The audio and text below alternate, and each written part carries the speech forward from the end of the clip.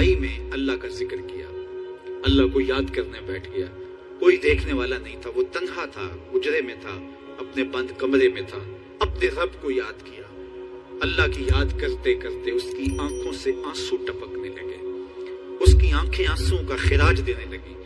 تو میرے اور آپ کے آقا و مولا نے فرمایا کہ یہ آنسو اتنے قیمتی ہیں، ان آنسو کے بدلے میں قیامت کے دن اسے عرش الہی کا سایہ نصیب ہوگا، عرش الہی کا سایہ اسے نصیب ہوگا ان آنسو کے بدلے میں۔ رومی علیہ الرحمہ فرماتے ہیں جہاں پانی گرتا ہے وہاں سبزہ اگتا ہے، جہاں آنسو گرتے ہیں وہاں رحمت اترتی ہے۔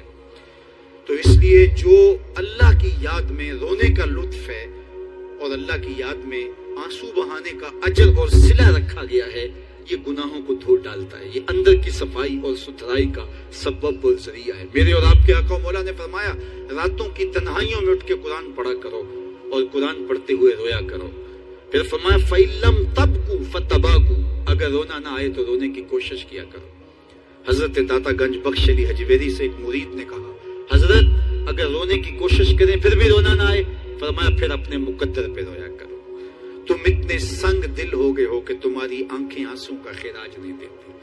جو رونا نہیں جانتا وہ اللہ کی رحمتوں کو اور اللہ کی کرم نوازیوں کو کیسے سمیٹ پائے گا؟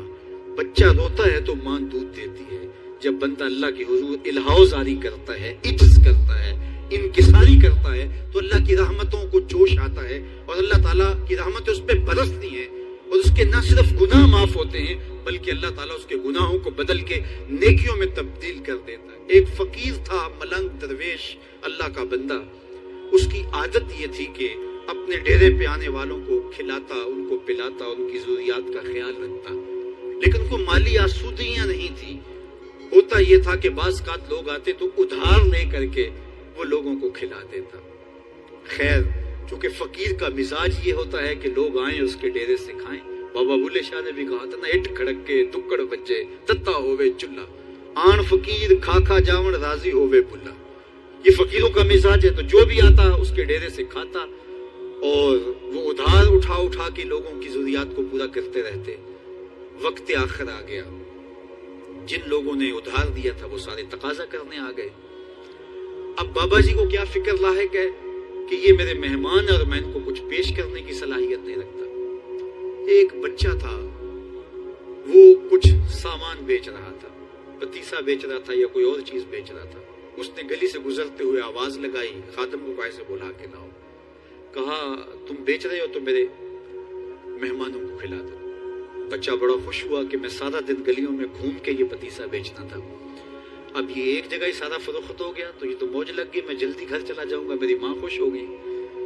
تو سارا ان مہمانوں کو کھلا دیا گیا اور اس کے بعد کہا بابا جی پیسے؟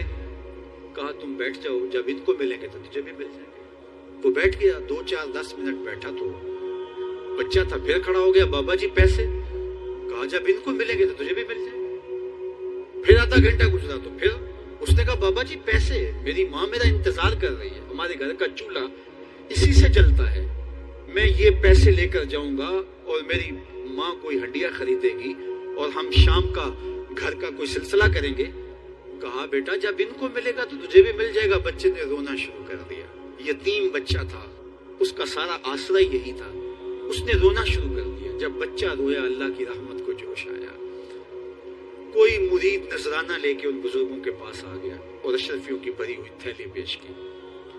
وہ اتنے پیسے تھے کہ اس بچے کو بھی دیے، جتنے لوگ آئے تھے سب کا قرض چکایا، کہا جاؤ گھروں کو۔ تو سب نے کہا بابا جی ہم صبح سے بیٹھے ہوئے تھے تو یہ نذرانہ دینے والا صبح سے نہیں آیا، تو اب کیسے آ گیا؟ کہا صبح سے تمہارے اندر کوئی رونے والا نہیں تھا، ایک رونے والا آیا تو باقیوں کا بھی کام بن گیا۔ بعض اوقات کسی ایک شخص کی وجہ سے باقیوں کی خطائیں بھی معاف ہوتی ہیں۔